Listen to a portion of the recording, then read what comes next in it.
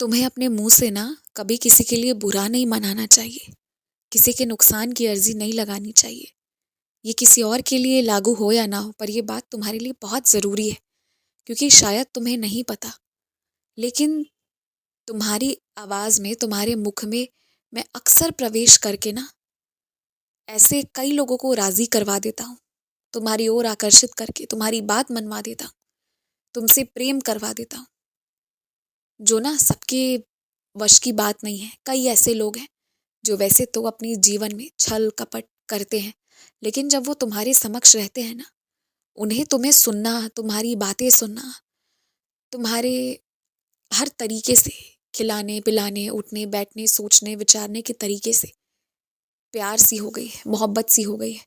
और ये तुम्हारे कारण नहीं हुआ है, ये मेरा तुम पर विशेष प्रेम होने के कारण हुआ है। और अगर अब तुम वैसे में किसी के लिए बुरा मनाओगे ना, तो ये आशीर्वाद में कमी आ जाएगी। इसलिए मुझे ऐसा लगता है कि तुम्हें कभी किसी के लिए बुरा मनाना नहीं चाहिए। हाँ, जो तुम्हारे साथ बुरा कर रहा है तुम्हारे दिल में, उसके लिए नफरत पैदा हो सकती है, गुस्सा आ सकता है, क्रोध आ सकता है, और एक पल के लिए तुम कुछ कह भी सकते हो, लेकिन वो सिर्फ उस वक्त के लिए होना चाहिए। सोच कर याद रखे, बार बार किसी का बुरा तुम्हें नहीं मनाना चाहिए। तुम्हारी अच्छाइयों को देख कर ही मैंने तुम्हें चुना है, और तुम्हें अपनी अच्छाइयों को बरकरार रखना है। यदि तुम्हें मुझसे ये अलग सा प्रेम चाहिए तो कभी भी दरवाजे पर इंसान के आने पर उसे दुत्कार कर मत भगाओ। लेकिन इसका मतलब ये नहीं है कि पशु पक्षी आए तो उन्हें डरा कर मार कर भगाओ, और जो ऐसा करें उससे वो करने से तुम रोको। कभी भी गौ माता द्वार पर आए तो उन्हें डंडा दिखाकर नहीं भगाना चाहिए, या अगर कुत्ते बिल्लियां आ जाएं तो उन्हें दुत्कार कर नहीं भगाना चाहिए। तुम चाहते हो कि वो जिस दिशा में चले जाएं, उस दिशा में तुम रोटी रखे आओ उनके सामने ही। वो रोटी खाकर खुश हो जाएंगे, आशीर्वाद देकर तुम्हें जाएंगे। तुम्हें नहीं पता, लेकिन वो ना दुत्कारोगे तो उनकी भाषा तुम समझ नहीं पाते, पर उन्हें भी बहुत दुख होता है, जैसा तुम्हें होता है ना, ठीक वैसा ही। और अगर तुम उन्हें प्रेम दोगे ना, तो तुम्हारे जीवन में खूब प्रेम उतर आएगा। मेरी ये बात को याद रखो। इसलिए इस तरह के व्यवहार से हमेशा बचना। जो मेरी मंदिर आकर कुछ पल के लिए कतार में इत्मीनान से खड़ा नहीं हो सकता, शांति नहीं बना सकता, धैर्य नहीं रख सकता, तो मेरे ना उन बच्चों को वैसे ही वक्त पर आना चाहिए जब मेरी मंदिर में भीड़ भाड़ थोड़ी कम होती हो, या फिर शहर के किसी ऐसे मंदिर में जाना चाहिए जहां भीड़ थोड़ी कम इकट्ठी होती हो।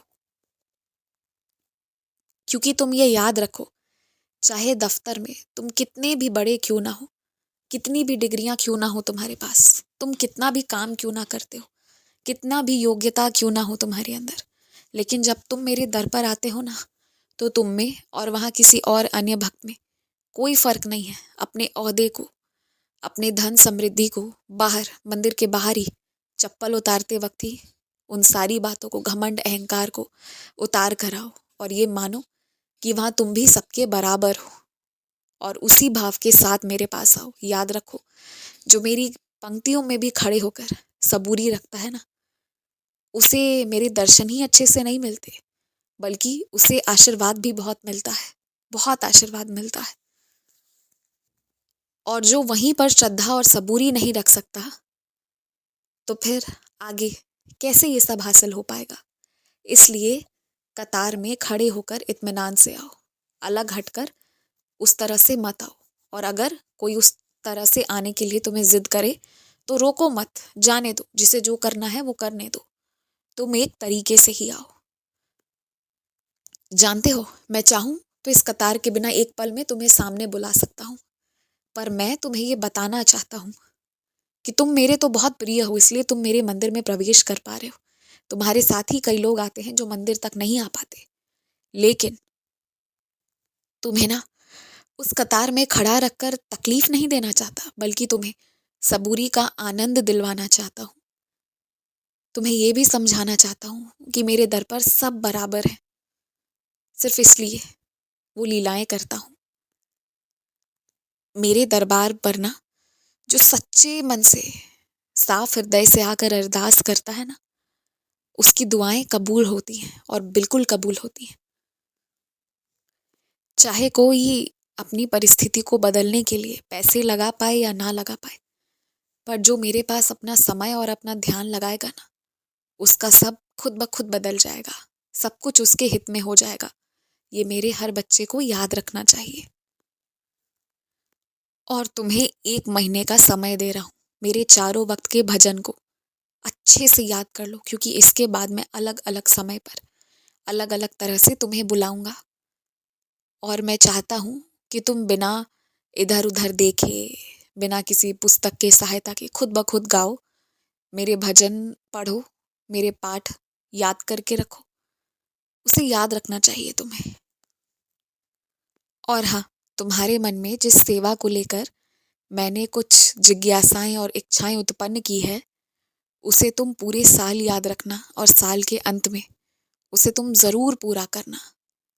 आज पहाड़ की जिस चोटी तक पहुंचने में तुम्हें डर लग रहा है, कल को दौड़कर तुम वहां तक पहुंच जाओगे। यकीन रखो, तुम्हारे यही पांव तुम्हारा साथ देंगे। तुम सिर्फ मेरी उदी का सेवन करो। तुम्हें जितनी यात्रा करनी है कर लोगे, आराम से कर लोगे। सब अच्छे से हो जाएगा। खुश रहो।